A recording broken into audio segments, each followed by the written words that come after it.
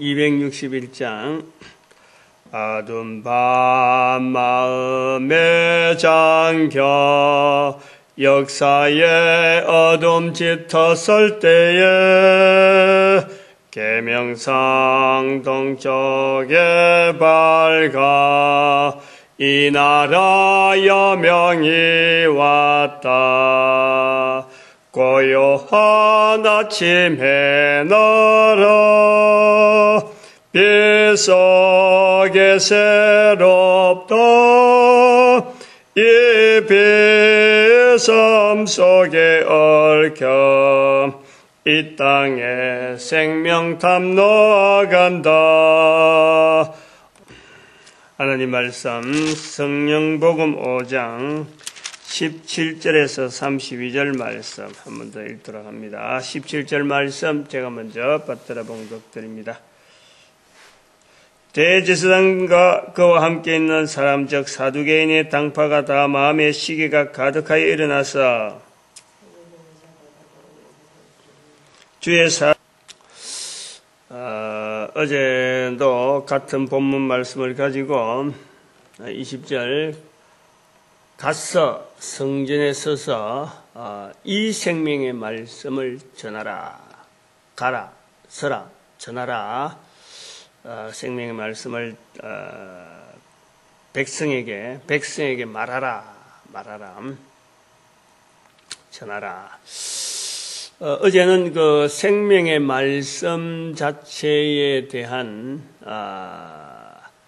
듣는 자들, 이것을 받는 자들이 생명의 말씀이로구나 하는 그 부분을 연결했습니다. 오늘은 그 생명의 말씀을 전한다고 하는 사도들에게 있어서 이 말씀은 앞으로 그 복음을 전하는 사도들의 그 전도의 언어, 즉 예수님을 어떻게 나타낼 것인가, 어떠한 방향으로 전하는가, 여기에 대해서요 아주 중요한 분기점이 되어가는 거죠. 그걸 오늘은 전하는 그 사도들이 이 말씀을 들은 생명의 말씀을 말하라 하는 이 말씀으로 인해서 성령의 말씀으로 자기들이 직접 들은 이 사건이 계기가 돼서 생명의 예수님에 대해서 전하는 그 내용 전체의 흐름을 이제 생명의 말씀으로 전하는 쪽으로 방향을 모은다는 거죠. 우리가 이 성령복음 1장 8절에 있는 말씀에 성령이 너에게 임하시면 예루살렘과 온 유대와 사마리아와 땅끝까지 이르러 내 증인이 되리라. 이거는 상태적인 변화. 성령님이 임하면은 내 증인이 될 것이다. 마땅히 될 수밖에 없는, 당연히 될 수밖에 없는. 그런데 그것이 조건이 하나, 성령이 임하시면 하는 조건이 있단 말이에요. 그런데 조건에 따라서 성령이 임한 상태가 되어서 전하는 증인이 되어질 때는 어떻게 바뀌는가? 거기에 대한 성령복음 1장 8절의 말씀과 성령복음 5장 20절의 말씀이 이게 그 하나의 큰 어떤 기둥이라는 거지. 기둥. 가서 성전에 서서 어제도 말씀했지만 이 성전에 선다하는 이 개념이 그냥 사람들만 많이 모이는 장소 이렇게를 생각하고 바로 성전되는 개인의 그 어떤 한 사람 이런 위치로 우리 연결받지만 가만히 자세히 보면은 이 성전을 맡은 자들이 왔다 갔다 하면서 이렇게 옥에 있던 이 사도들이 성전 앞에서 성전에 서서 백성들을 가르친다 하는 그 표현을 보면은 밤중에 갇혀 있다가 참 어디 갔는고 하고 그래 있는데 한쪽에서 이제는 성전에 서서 지금 백성들을 가르친다 하는 이 보고를 하는 거 보면은 옥에 간 사람하고 성전에 서서 가르치는 장소에서 지금 제자들이 있다라는 것을 알리는 사람이 별개라.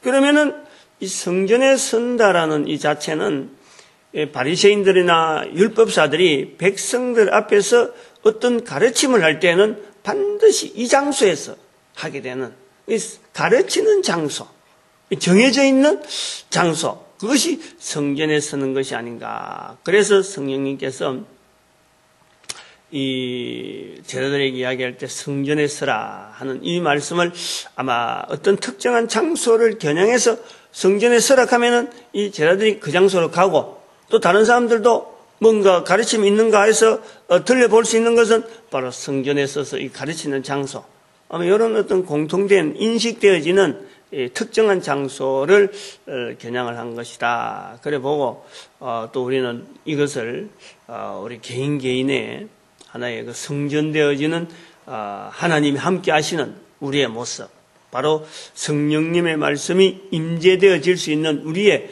특정한 어떤 분야, 저는 그걸 분야라고 자꾸 이야기를 하려는데 어쩔 수 없어요. 뭐 특별한 어떤 내용을 이야기할 수 없으니까. 그래서 그런 것을 이제는 그 전제를 하고 생명 말씀이 과연 된다 하는 것은 어제 이제 말씀했고, 이 전하는 자가 생명의 말씀이다 하는 이 말씀 속에서 어떻게 말씀이 전하는 말씀이 변해져 갔는가, 이걸 한번 살펴보는 거예요. 처음부터 베드로가 참 예수님에 대해서 베드로 전서를, 베드로 후서를 기록할 정도로 그렇게 예수님에 대해서 많은 자들에게 조직적으로 이야기할 만한 상태는 아니었을 것이다. 아니다. 사도 바울도 마찬가지고 로마서를 쓸 정도는 세월이 지나야 되고 로마를 향해 가려고 하는 오랜 마음을 품고 있던 것이 나타난 거고, 누구나 이제 히브리서까지 다 사도 바울을 보면은 그 내용의 깊이라는 건 대단한 거예요. 처음부터 예수님에서 다메섹에서 일어난 사건 때문에 바로 그 자리에서 로마서를 기록하고 히브리서를 기록할 정도로 성경을 예수 그리스도를 중심해서 조직적으로 이렇게 체계적으로 이렇게 받아줄 만한 그런 것은 안 됐을 거다. 시간이 지나야 돼, 시간이. 그러면 우리가 이 제자들의 입장을 두고 볼 때라도 처음부터 베드로가, 처음부터 뭐 다른 사도들이 예수님에 대해서 우리가 아는 대로 지금 막 이런 신학적인 여러 가지 어떤 구조를 가지고 이야기할 만한 내용은 안 됐다. 처음에는 단순했어요. 처음에는 우리가 이 성경복음에서 보면 그런 흔적이 너무너무 많이 나오잖아요. 처음에는 단순하게 부활하신 예수 그리스도, 부활하신 예수. 오늘 5장에도 보면은 그 차이. 이 제자들의 지금 입장에서 나중에 사도 요한복음을 가버리면 이 구조가 완전히 없어지기 때문에 이 자리를 좀 우리가 철저하게 분석을 해봐야 되는데, 사도들이 복음을 전한다 하는 장소에는 사도와 복음을 반대하는, 즉 전하는 자와 전하는 자의 반대적인 위치에서 우리가 구조가 있다는 거예요. 사도들이 전할 적에는 복음 전하는 것에서 늘 항상 반대하는 자리가 있다. 즉 무엇을 전하느냐, 이 잘못 전해버리면은 반대자에 의해서 어마어마한 어떤 올무가 되어버리는, 스스로 전하는 자가 그냥 편하게 아무렇게나 전해가 되는 게 아니라 잘못 전해버리면 그 잘못 전한 것 때문에 좀 어르렁거리고 있는 주변의 유대인들의 박학다식한 이스라엘 백성 전체, 국민들 전체의 어떤 리더가 되어져서는 엄청난 어떤 내공, 가르치는 것에 대해서, 또 성경을 통달하고 이스라엘 역사의 전체에 걸쳐서 하나님의 인도하심에 대해서 철저한 검증을 거쳐서 자기가 맡은 시대의 백성들을 리드할 수 있는 그 엄청난 학문적인 체계를 가지고 있는 이 사람들하고 항상 대립되어 있는 구조를 본다는 거죠. 이 예수님을 전한다 하는 것은요, 항상 그것을 봐야 돼요. 늘 그 자리를 우려봐야 돼요. 처음 시작이 바로 그렇게 시작되는 거예요. 유대인들의 예수 그리스도를 죽일 때에, 예수 그리스도를 죽일 때 엄청난 어떤 배경, 나름대로의 단체적인 어떤 지식적인 어떤 결합, 그것이 몰아서 예수님을 죽이는 거예요. 그런데 그 죽인 예수를 다시 이제는 사람들 앞에 바로 너희가 죽인 예수가 바로 그리스도라 할 때는 기다리는 그리스도를 너희들이 죽였다. 이거는 어마어마한 역전이잖아요. 어마어마한 역전. 바로 이것을 선포하는 이 자리, 첫 출발을 항상 우리가 거기서 봐야 돼요. 우리가 전도할 때 이 사람 이야기하니까, 이렇게 반대하고 저 사람 이야기하니까 저런 반대 여러 가지 의견이 나오는 그 단순한 흩어진 내용보다도요, 그것을 모아볼 때, 사람들이 왜 이리 안 듣나 싶지만은, 처음에 제자들이 전할 때 그 자세는 이것보다 훨씬 더 막막한 거죠. 답답한 거죠. 가진 내용은 있는데 예수 그리스도에서 알려야 되는 내용은 있는데 벽을 쳐다보면은 뛰어넘지 못할 탄탄한 벽, 두께로 벌어라 어마어마한 두께, 어떤 총알이나 어떤 포탄이나 그래도 뚫어내지 못하는 그 단단한 방어체가 있는 게 바로 유대인들의 바리새인들의 그 학문적인 깊이와 이스라엘 백성들 앞에 가지고 있는 자기들의 책임감과 이로 말할 수가 없어요. 그 어마어마한 벽을 안고 있는 이 사도들이란 말이에요. 사도. 그래서 반대 예수 그리스도를 죽인 자와 죽인 예수가 바로 그리스도라 하고 있는 이 간격, 요 대립되는 구도, 이것이 사도 요한이 기록한 요한복음이 올 때까지, 요한복음을 기록하는 그 환경이 될 때까지에 주어져 있는 사도들의 복음 전하는 자의 아주 기초적인, 기본적인 환경이에요, 환경. 요한복음은 그게 이제 달라지는. 그러나 상징적으로 주는 대립자, 전도자와 대립자라고 하는 것은 벌써 그 촉각은 여기서부터 구초적으로 기초가 딱 잡힌 거예요.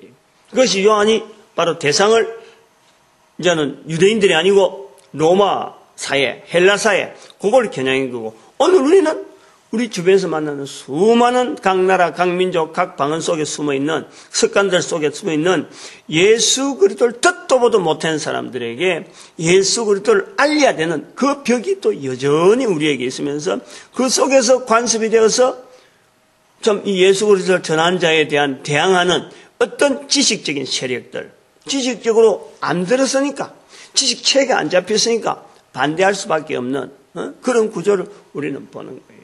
그 구조가 있다는 거예요. 항상 우리의 삶에, 우리의 전도적인 환경을 통해서 우리가 보는 이 환경에는 이 두 구조가 있다. 요걸 우리 분명히 해야 돼요. 그래서 오늘 5장에도 보면 분명히 제자들은 부활의 도 전함을 지금 구체적으로 하고 있는 거예요. 부활의 도. 근데 5장 2절이나 보면은 아까 어디 갔나? 부활의 도 전함을 4장에 가보면은 4장 우리 이렇게 지나갔죠. 4장 2절에 사도들이 백성에게 말할 때에 제사장과 성적 맡은 자와 사두개인들이라 백성을 가르침과 예수를 들어 죽은 자 가운데서 부활하는 도 전함을 시라는 거야. 지금 여기 성령복음 2장 4절에 성령의 말하게 하심을 따라서 제자들이 나타내는 예수 그리스도에 전하는 내용은 부활의 도입니다. 부활의 도. 자기들이 직접 본 거고, 자기들이 직접 체험한 거고, 누구에게나 이것만은 이야기할 수 있는 내용이 지금 부활의 도 전한 부활의 누구든 체험하는 이것이 제자들의 초기 상태라, 초기 상태. 응? 앞에 방막한 벽, 그 두터운 벽, 그 엄청난 벽이 있는데도 불구하고 이 벽 속에, 이 방어체계, 이 대항 세력에는 틈이 있는 거예요, 틈이. 우리가 늘 그걸 염두에 둬야 돼요. 늘 어느 누구를 어떤 환경에서도 전도자가 만나는 그 환경 속에서는요, 상대방이 내한테 맡겨졌다, 내가 저 사람하고 하나님께서 저 사람을 맡겨줬다라고 하는 그 독특한 환경에서 보면요, 내가 볼 수 있는 틈새가 있어요. 틈새가. 즉 언어가 공통적으로 전도 언어가 될 수 있고 예수 그리스도를 전할 수 있는 어떤 공감되어질 수 있는 그 틈이 항상 있다는 거예요. 항상 있어요. 이 구조를 잘 생각해 봐요. 어마어마한 두꺼운 바리새인들, 그 두터운 역사, 이스라엘의 전체를 인도할 수 있는 그 어떤 그 학문적인 그 배경, 여기에요, 어느 누가 저들에게 전도하겠다는 어떤 틈을 챙기겠느냐? 어림도 없습니다. 어림도 없습니다. 그러나 성령의 말하게 하심에 따라서, 성령의 말하게 하심에 따라서 우리가 접근하고 한 걸음 한 걸음 할 수 있는 것만 갖고 할 수 있는 것, 할 수 있는 한 걸음으로 딱 내딛는 그 발걸음에는요, 반드시 틈이 보이는 거예요. 그 틈이 당시에는 부활의 도란 말이에요. 부활의 도. 이거는 바리새인들이 아무리 성경을 갖고 있더라도 이것만은 안 되는 거예요.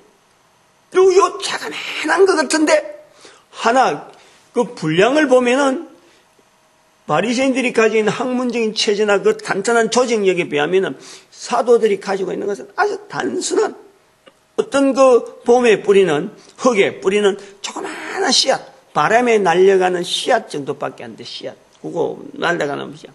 그것이 부딪혀가지고 이게 싹이 날게라 안 날게라 생각도 못하는 그 씨앗이. 눈에 벌떡말떡하는 그 틈새, 그 씨앗 하나가 딱 붙을 수 있는 그 접촉점이 쫙 그 있는 거예요. 응? 그게 틈이라. 뭐 쫙 갈라져가지고 뭐 그 속에 물이 새는 이런 정도가 아니고 바로 그 씨앗 하나가 딱 붙을 수 있는 학문 전체 배경 속에서 사도들만이 가지고 있는 유일한 어떤 그 접촉점, 그거 하나가 공통된. 이 사람은 이걸 싫어하고 쟤들은 전하는 거예요. 여기 이제 공감되지는 상황이라. 싫어하지만은 어쩔 수 없는 거야. 이거를 어쩔 수 없는. 싫어한다고 해서 이걸 부인할 수는 없는 게거든. 부인할 수는 없단 말이야. 부활 자체를 인정하던 사람들이 예수님 당시에도 그 사두개인들하고 바리새인들하고 물어보던 그 상황에서 사두개인들은 부활이 없다 하는 자들이 지금 그런 사람들이 나오니까 예수님이 직접적인 부활을 통해서 그 부활이 없다 하는 그 사람들 앞에 바로 부활을 전하는 이런 상황이 되어진 거예요. 이제 그렇게 부활이 없다 하는 그것에 딱 도전적으로 부활을 전하는 이 상황이 되니까 이 사람들이 제일 먼저 접근하는 그런 양상으로 보이는데, 아무튼 부활을 전하는 직접 본 거, 학문적으로 공부해가지고 신학교 가서 이래 해라 하는 게 아니라 직접 보고 아는 그 부분도 시작했는데 이것이 어떻게 이제 발전되어지나, 4장에서부터 발전되어지는 거야. 베드로가 이제는 베드로와 요한이 산헤드린 공회에서 이제 이야기를 하잖아요. 대화는. 이 구조를 계속 베드로는 본단 말이에요. 요한은 보는 거죠, 지금.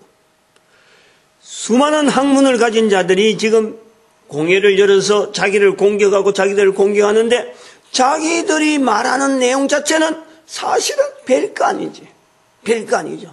그 사람들한테 비하면 아주 작은 부분인데 이 많은 사람들이 학문적인 배를 갖고 있음에도 불구하고 그 자리 복판에 딱 들어갔는데 자기들을 어찌할 줄을 모르는 거야. 자기들을. 거기에서 베드로가 우리가 4장에서 한 번 더 연결해 보면은 베드로가 4장 19절에 베드로와 요한이 대답합니다. 베드로 요한이 아주 중요하죠. 베드로 요한이 대답하여 가로되 하나님 앞에서 너희 말 듣는 것이 하나님 말씀 듣는 것보다 옳은가 생각하라. 옳은가 판단하라. 옳은가 판단하라. 자기들이 말하는 이 말을 하나님 말씀이라고 하는 말씀에다가 얹혀서 그 말씀에다가 딱 얹혀가지고 대제사장들의 말이라 하는 거는요, 이거는 어찌 보면 그 나라 그 시대 그 당시에서는 법이란 말이에요. 법. 거기서는 조금도 잘했다 잘못했다 자기들의 변명이 있을 수가 없는 거예요. 그런데 그 자리 앞에서 지금 반박하면서 너희 말 듣는 거하고 하나님 말씀 듣는 거 어느 게 옳은가 판단하라 라고 말할 수 있는 이 현장을 경험한 거예요. 경험한 거예요. 자기들의 말인데 이게 사실은 자기들 말보다도 성경을 인용하는, 성경에서 성령이 다윗의 입을 ը타가사 이런 고백하던 그 고백, 그 말을 자기들이 말하는 말이 입에서 나오는 말인데 거기에 성경에 있는 내용을 다윗의 입을 ը타가사 하는 성령의 말씀으로, 이젠 성령님 깨닫게 하신 그 말씀으로 전달하니까 상대방들이 백성들의 관원들의 말과 하나님의 말씀이라 하는 구도로 딱 서는 거예요. 구도 자체가 변하는 거예요. 부활의 도 전하는 이 베드로의 그 단순한 사도들의 첫 발자국이 이제는 하나님의 말씀으로 변하는 거예요. 하나님 말씀의 자리로 바꾼다. 그걸 자기들이 체험하는 거예요. 베드로, 요한이 그걸 체험한단 말이에요. 이 체험되어지는 하나님의 말씀이라 하는 이 체험일, 그것을 딱 증거를 하나님 말씀이 이렇다고 나타내니까 그 관원들이 꼼짝 못하는 그 내용을 또 다른 사도들이 그 고백을 듣잖아요. 와, 베드로가 다녀와서, 요한이 다녀와서 멀쩡하게 나오니까 그거 가면 막 채찍을 맞고 곤장을 맞고 막 여러 가지 형벌을 당해서 찔찔매든지 죽든지 뭐 사형선고 나든지 이래갖고 올 줄 알았는데 이게 멀쩡하게 돌아오니까 사들이 깜짝 놀래요. 나머지 사도들이 야, 지금까지 이스라엘 백성의 최고의 어떤 판단 기간에 그거 가면은 어림도 없어. 단 한마디 말도 못하고 쩔쩔매는데 거기에서 돌아온 이 베드로와 요한의 그 사건이 나머지 예수 그리스도의 부활을 전하는, 도를 전하는 사도들에게 엄청나게 힘이 되어가는 거예요. 그래갖고 사장에 기도하잖아요. 기도. 사도들이 모여서 기도하는 내용이 그래요. 천재의 24절 보니까 4장 20절에 천재의 대주제여 천지와 바다 그 가운데 만유를 지으시니요 우리 조상 다윗의 입을 ը타가서 성령으로 말씀하시기를 하는 이 또 고백이 나온단 말이에요. 그러면서 마지막에 빌기를 다음에 주여 이제도 저희 위에 밤을 하감하옵시고 종들로 하여금 담대히 하나님의 말씀을 전하게 하옵소서. 하나님의 말씀이라고 하는 그 말씀을 딱 붙잡는 거예요. 하나님의 말씀, 성령이 다윗의 입을 ը타가사 말하는 그 내용, 즉 이스라엘 백성들이 그동안에 하나님의 말씀에 대해서 훈련받다 하는 이 하나님의 말씀을 어떻게 하느냐, 성령이 다윗의 입을 ը타가사 말하게 하신 것을 이스라엘 백성들 가운데 익힌 거예요.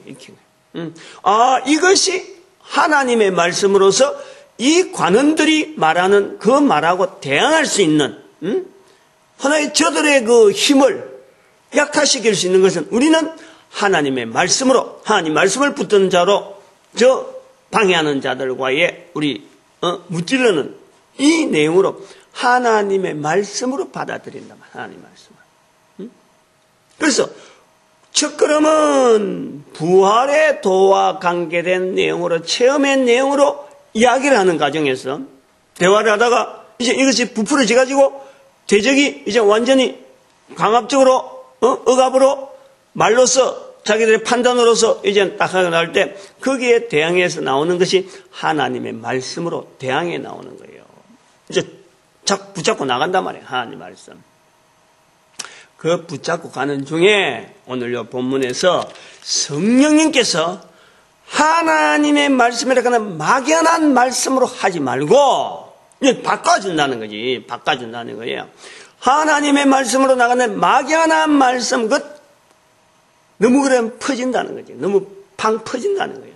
그것을 좀 더 줄여서 하나님의 말씀 속에 있는 그 말씀 자체가 어떤 내용이냐? 생명의 말씀이다. 즉 생명의 말씀이 생명하고 관계된 부분을 집중적으로 말씀을 전하라. 그런 의미에서 생명의 말씀이라 하는 표현을 하게 된 거로 보는 거죠. 하게 된 거로. 정리를 해주는 거예요. 부활의 도에서 하나님의 말씀을 붙잡는 사도들의 그 어떤 그 사상적인 이 변화, 우리가 전하는 이 부활의 도가 결국 성경의 전체에서 예수 그리스도에 대한 말씀으로 이것 관계되어진 것을 다 하나님의 말씀으로 표현하려고 하는 이런 표현에 성령님께서 조정해 주는 거예요. 조정. 전하는데 가서 성전에 서서 생명의 말씀으로 제한해라.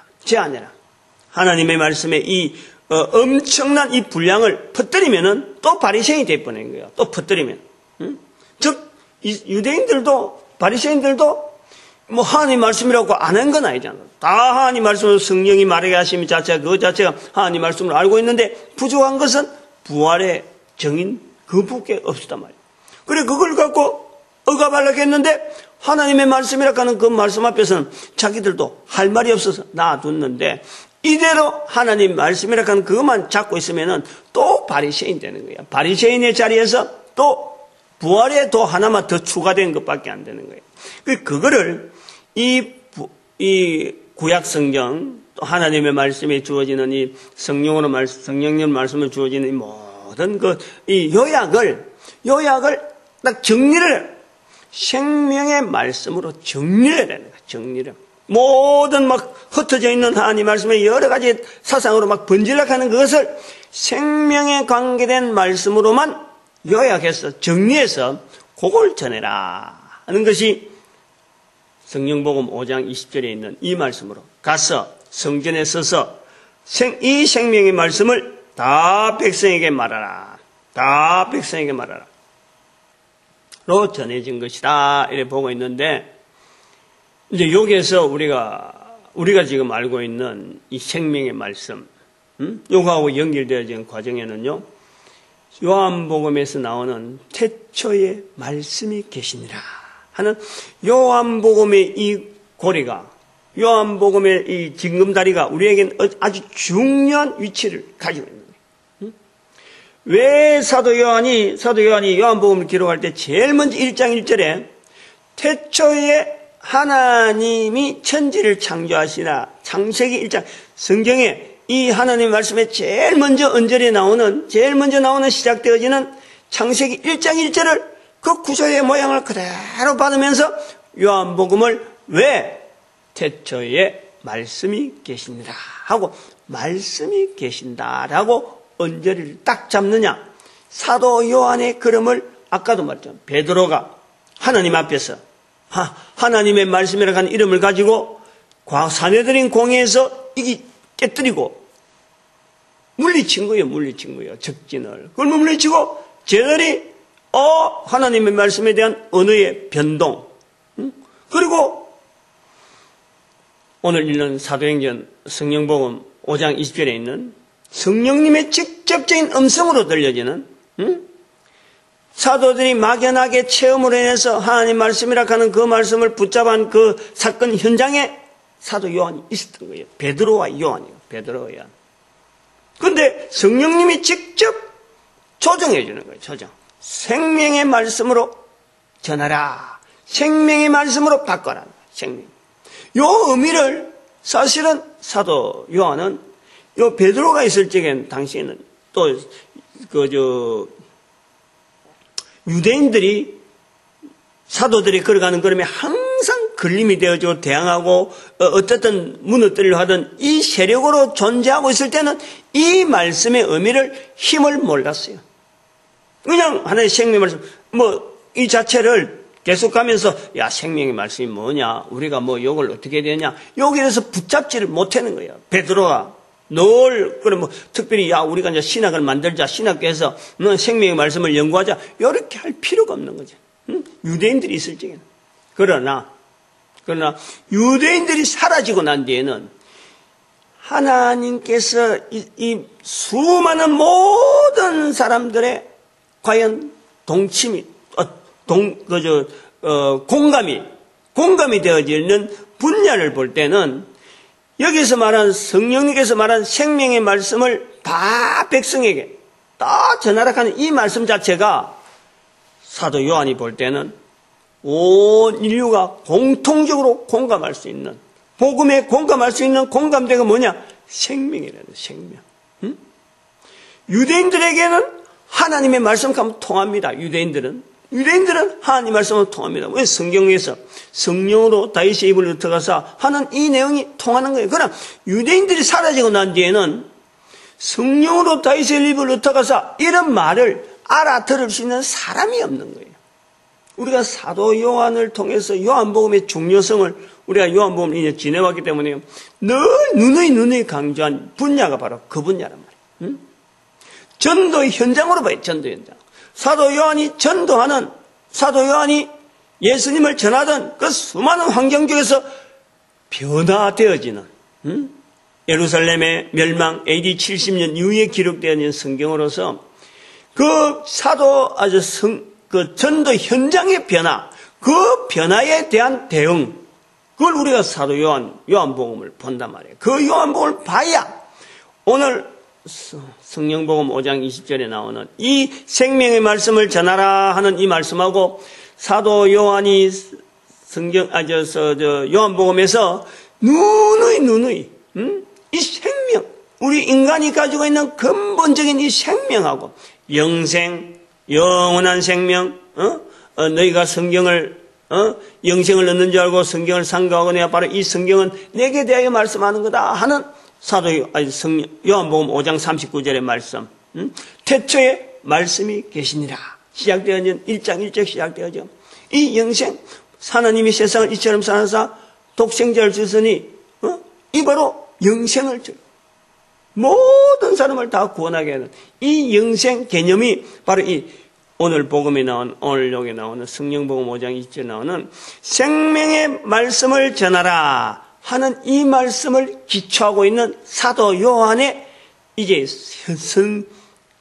전도 현장의 어떤 적응, 그것을 우리들에게 남겼다. 사도 요한을 통해서 요한복음을 남겼다. 그걸 붙잡을 수 있단 말이에요. 우리로서는 이 언어 전도 현장의 언어가 처음부터 모든 사람들에게 완벽한 언어로 주어지지 않는다. 이걸 우리한테 알려주는 거예요. 처음에는 서툽니다. 이 사람 만나서 제대로 말 못하고 저 사람 만나서 말 못하고, 그러나 내 중심에서 남아있는 것은 다른 게 아니에요. 성령님께서 함께하여 주시는 남들이 가지지 못하는 그 단단한 성령님 앞에서 내가 말하는 게 아니라 성령님 말하시는 거다.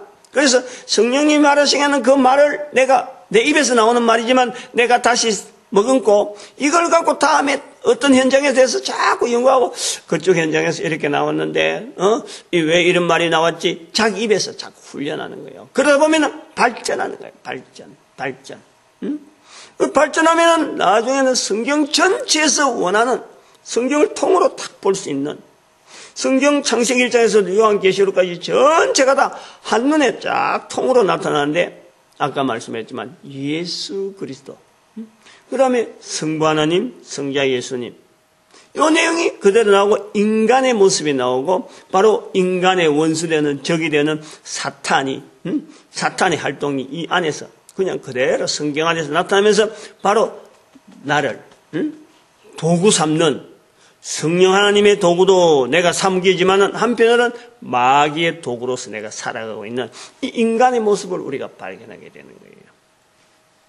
이런 발전적인 내용을 보면 그러면 어느 누구나 우리가 만나면은 공감할 수 있는 부분이 항상 그 속에는 우리가 내재 있단 말이에요. 그게 바로 생명이라고 하는 우리가 살아있는 동안이라고 하는 이 기회가 얼마나 중요한 기회인지 생명의 구조를 가지고 우리가 보면은 누구든지 다 살아있으니까 이 말을 하게 되고 이 말을 들어야 되고 또 살아있는 이 기회가 이 말을 통해서 이 들려지는 이 복음의 말씀을 통해서 바로 저들의 삶이 판단되어지고 판정되어지는 아주 중요한 시기예요. 중요한 시기.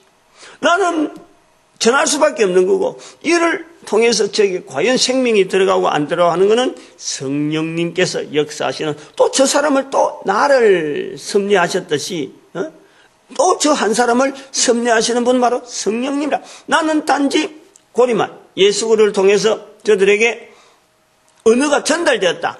자기들도 인간적으로 사람을 통해서 들은 그 언어를 되새기고 그걸 인정할 수 있고 그러고서 하나님의 섭리가 성령님을 통해서 저들에게 구원의 역사가 나타난 이 구조가 계속해서 세월이 지나고 우리 인간은 또 죽어지고 또 새로운 생명이 태어나고 이것이 훈련되어져 하는 이런 것이 계속되어지는 이 고리, 전하는 현장도 생명과 관계되어지고 이 전달받는 자에도 관계되어지는 건 바로 생명 있는 기간 동안에 주어지는 바로 그것이 생명의 말씀을 다 전하라 하는 이 성령복음 5장 20절의 말씀하고 연결되어 있다. 요거이네 말씀이 성령복음 1장 8절하고 그래서 중요한 어떤 성전의 약인가 보아스 1장 8절이 상태를 미리 이야기한다고 하면 5장 20절은 이 상태를 가지고 나아가는 거예요. 가서 보여주고 나타내는 거예요. 그렇게 해서 5장 20절에 가서 성전에 서서 이 생명의 말씀을 다 백성에 전하라 하는 말씀하고 우리가 연결해 보면서 우리 오늘 우리의 상황에서 우리의 그 지금 참 모습에서 하나님 말씀을 전한다 하면서 설교만 하고 있는 설교하는 것만 가지고 하나님 말씀 전한다 전도한다 하는 이 구조가 얼마나 우리가 취약한 구조 가운데 있는지를 한 번 더 되새겨야 돼. 한 번 더 되새기고 또 이런 그 내용이 동영상으로 만들어가지고 올려진다 하는 것에 대해서 이것도 구조가 참 묘하다 이래 봅니다. 묘하다. 앞으로는 이 동영상을 만들면서 늘 그래 생각하는 부분이 있어요.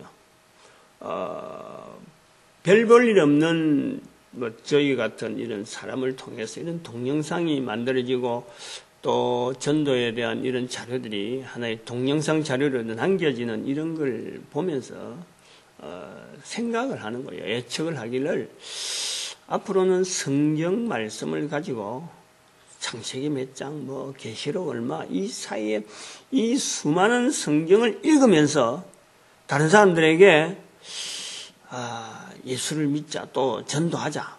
성경 몇 장 몇 절에 이런 게 있으니까 우리가 그거 확인하고 하자. 이런 훈련, 이런 거는요 앞으로 가면 갈수록 멀어질 것 같아. 멀어질 것 같아. 성경 자체를 멀어하는 거예요. 그러나 생명의 말씀이 되어지는 근본적인 하나님의 말씀이 되어지도록 이래 하는 것은 바로 성령님의 힘, 성령님을 의지하면서 이제는 모든 자들이 성경을 읽어서 성경 말씀에 있는 내용을 가지고 이렇게 인용해서 하나님 말씀이다라고 하려고 하는 이런 자세보다는 앞으로 가면 이 동영상 자체가 그런 의미가 좀 있다 봐요. 이거 자체를 남기는, 우리로 하여금 남기게 하는 섭리는 성경을 잘 안 읽는다. 그동안은 성경 읽으러 예를 말씀, 앞으로는 성경을 잘 읽을 시대는 안 오고, 이제는 전도 현장에서 성경의 내용 자체에 대한 어떤 뭐 장절, 어떤 그걸 인용하고 그걸 해서 힘을 하는 것보다는 그 한 사람 한 사람이 성령님을 어떻게 인정하느냐. 성령님의 말하게 하심에 따라서 내가 말을 해야 되겠다 하는 성령님을 인정하는 것을 통해서 예수님 말씀하신 마태복음 12장 32절에 나는 부인해도 용서받지만은 성령을 부인하면 용서받지 못한다. 이 자세가 철저해가지고 모든 사람들이 가지고 있는 입, 살아있는 동안에 생명이 있는 데 주어진 입 가지고 살아있는 동안 들을 수 있는 이 귀에다가 예수 그리스도를 전할 수 있는 성령의 말하게 하심을 하는 이런 환경이 아마 전도 환경이 되어지지 않겠느냐. 이제 성경 몇 장 몇 절 찾아라. 이런 거 가지고 아마 안 될 것이다. 왜냐하면 인터넷이라고 하는 이 환경 자체가 이제 주어진 이상에는 아마 요거는 좀 안 될 거다. 그래서 우리로 하여금 지금 준비하게 하는 거 아닌가. 저는 이제 그렇게 자꾸 연상을 해요. 오늘 요 본문 말씀에 생명의 말씀을 다 전하라.